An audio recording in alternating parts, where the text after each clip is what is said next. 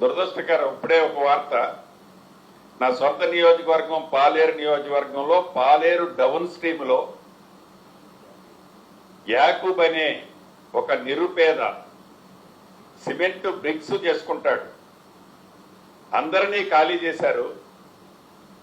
ఆ యాకూబు తను తన భార్య తన కొడుకు తనొక్కడు చాలా ఎత్తు ప్రదేశంలో ఉన్నాడు. ఇందాక నేను చెప్పినట్టు కనీవిని ఎరగని ఫ్లడ్ వచ్చింది, 1,60,000 అన్నాను.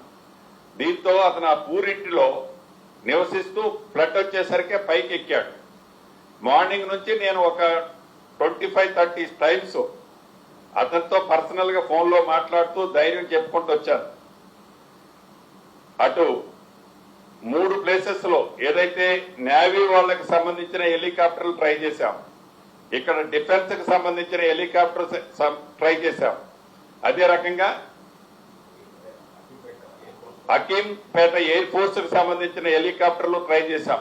లోకల్ రైళ్లు హెవీగా ఉన్న కారణంగా ఏ ఒక్కళ్ళు హెలికాప్టర్ టేక్ ఆఫ్ తీసుకోలేము అనే పరిస్థితి ఉంది.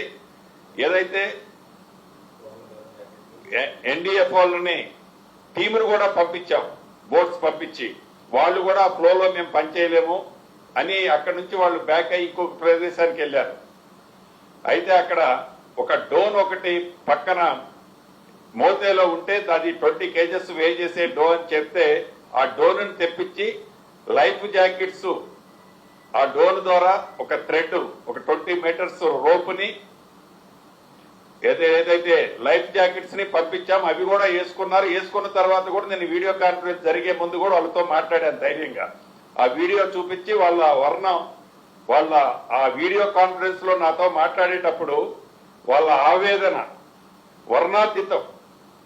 అంటే చావు చనిపోబోతున్నాను అనేది ఆ తల్లి నాతో మాట్లాడి ఆ ఘోష ఎప్పుడు నాకు కనిపిస్తుంది. ఇప్పుడు ఆ గోడ కూలిపోయిందట 2 minutes ముందు. చాలా